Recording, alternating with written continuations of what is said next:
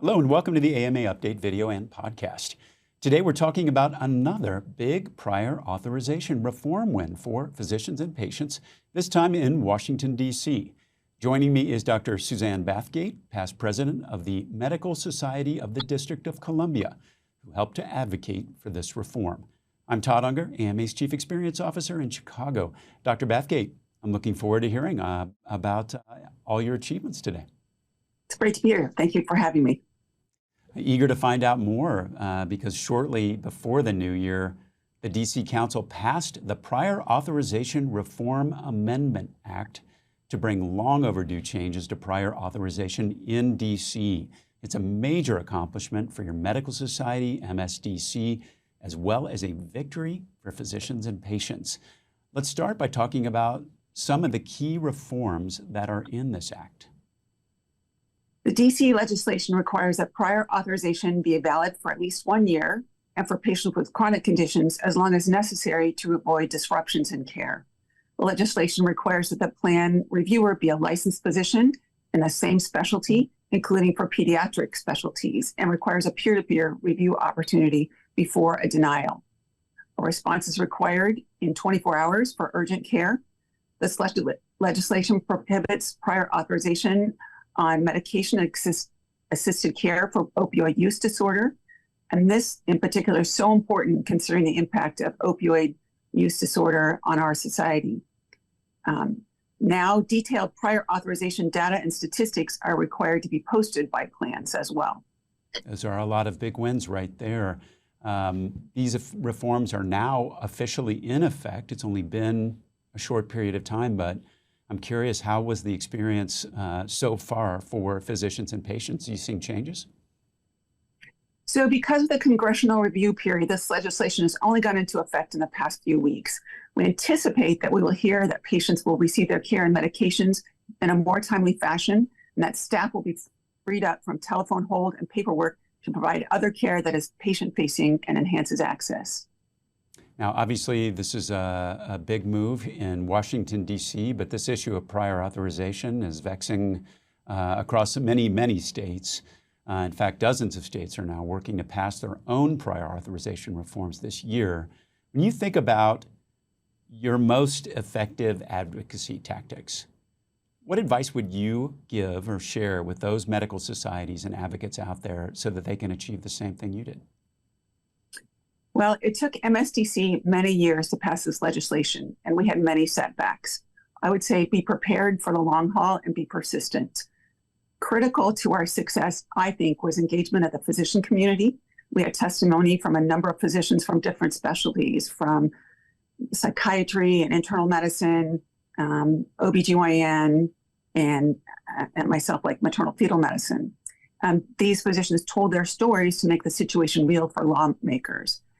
Prior authorization impacts so many important aspects of healthcare, including timely topics like behavioral health and reproductive health, and can significantly affect our ability to provide equitable healthcare.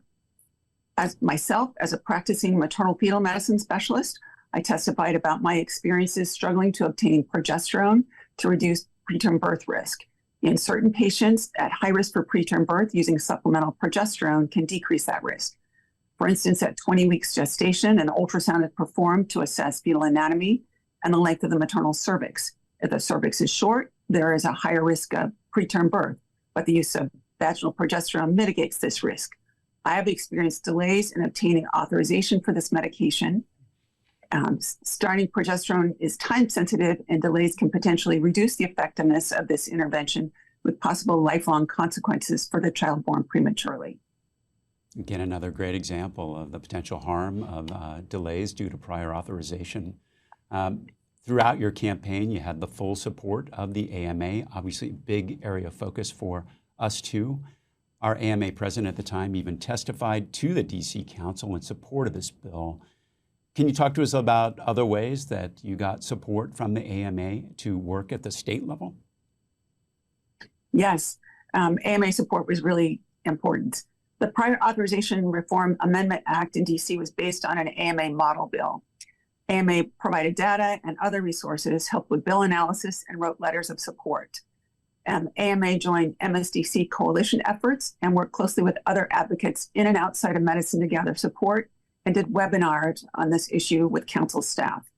I think the involvement and support of the AMA was essential to the passage of this legislation in the District of Columbia. Well, we were very proud to stand with MSDC throughout the legislative process. You were president during much of that period. Tell us a little bit about your personal experience with prior authorization help that helped keep you motivated. Well, as a maternal fetal medicine specialist, offering screening for recessively inherited genetic conditions is considered standard of care as recommended by the American College of Obstetrics and Gynecology, ACOG. Ultimately, the goal of genetic screening is to provide individuals with meaningful information that they can use to guide pregnancy planning based on their personal values. If a patient has been appropriately counseled on the limitations and expectations of carrier screening, the barrier of the need for prior authorization should not impede their access to these screens. Similarly, it is standard of care to offer screening for abnormal chromosome makeup of the fetus, such as Down syndrome, trisomy 18, and trisomy 13. Cell-free DNA and maternal blood can predict these conditions with a great deal of accuracy. ACOG recommends making this blood test available to all pregnant people. Some insurance companies cover this screening for all without prior authorization. Some require prior authorization, some for pregnant people under 35 or with specific conditions. In both these cases, failure to obtain this information in a timely fashion because of delays of insurance approval may limit the diagnostic testing options and pregnancy management decisions for these families. Well, all your work has really helped to build momentum for reform. And as you pointed out earlier in your discussion, it's those stories and your personal experiences when they get transmitted to legislators, either at the federal or at the state level, just really move the needle. So big win at the district level here. Also progress on the national front. As many of you may know, the AMA scored a significant win at the national level that will save practices an estimated $15 billion over the next 10 years. The movement to fix prior authorization is stronger than ever. Dr. Bathgate, what change would you like to see happen next? Well, the legislation in effect in DC is currently for the private market only and needs to be funded for Medicaid. This is the next challenge.